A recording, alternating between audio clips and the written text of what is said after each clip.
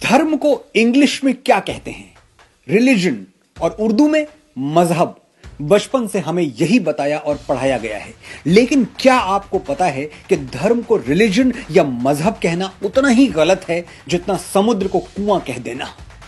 बरसों से जो पढ़ा है वो गलत भी हो सकता है, ये एक्सेप्ट करना थोड़ा मुश्किल है, लेकिन सिर्फ 1 मिनट मुझे ध्यान से सुनिए, आपको धर्म और रिलीजन का फर्क समझ में आ जाएगा।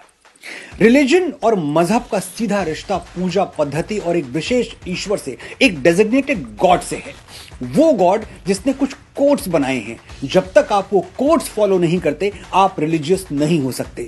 जैसे नमाज और कुरान पढ़े बिना, रोजा या ज़कात में विश्वास किए बिना आप मुसलमान नहीं हो सकते।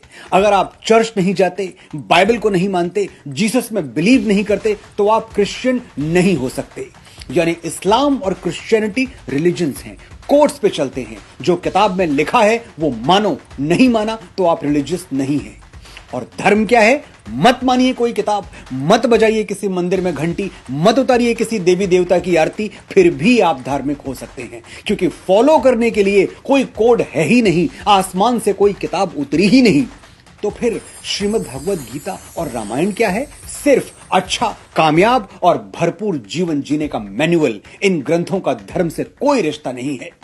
धर्म का मतलब पूजा पद्धति नहीं, जीवन शैली है। It's not a way of worship, it's way of living.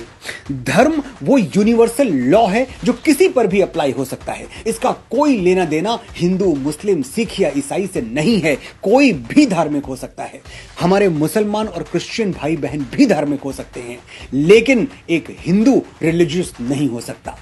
1 room वाला हवेली में आने का सपना तो देख सकता है, लेकिन हवेली वाला 1 रूम में जाने का सपना क्यों देखेगा? Common sense. ऋषि चारवाक के बारे में पढ़िएगा। वो नास्तिक थे, किसी देवी देवता या कर्मकांड में विश्वास नहीं करते थे, फिर भी हम उनको ऋषि मानते हैं। गौतम बुद्ध ने तमाम सनातन परंपराओं को ठुकरा दिया, और सनातन ने क्या किया? उनको 9वां अवतार कह के अपना लिया। ये है धर्म।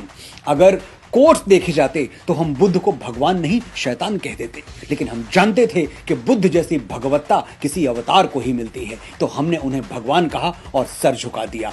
ये है धर्म। लेकिन धर्म को डिफाइन कैसे करेंगे? सिंपल डेफिनेशन, जैसे मनुस्मृति ने किया है। धृति, क्षमा, दमोस्तेयम, शौचमिंद्रिय निग्रह, धीर विद्या, सत्यम, क्रोधो, दशकम धर्म लक्षणम। धार्मिक होने के लिए 10 क्वालिटीज आप में होनी जरूरी हैं। Patience, forgiveness, suppressing the desires, honesty, purity, control on senses, wisdom, knowledge and anger management. ये 10 मेरिट्स आपके अंदर हैं तो आप धार्मिक हैं। कहीं ये नहीं लिखा कि कौन से मंदिर में जाना है, कौन से व्रत उपवास रखने हैं। मैं डिक्शनरी छापने वाले देश के सभी पब्लिशर से ये रिक्वेस्ट करता हूं कि आने वाले एडिशंस में सुधार करें और धर्म को धर्म ही रहने दें, उसे रिलीजन ना बताएं। जैसे राम राम है, कृष्ण कृष्ण है, गंगा गंगा है, वैसे ही धर्म धर्म है। As simple as that. ये डिक्शनरीज तो खैर जब बदलेंगी तब बदलेंगी। आप अपनी भाषा और सोच अभी से बदल सकते हैं। आप धर्म के विशाल समुद्र में तैरना चाहते हैं या रिलीजन के कुएं में फुदकना, ये फैसला मैं आप पर छोड़ता हूं।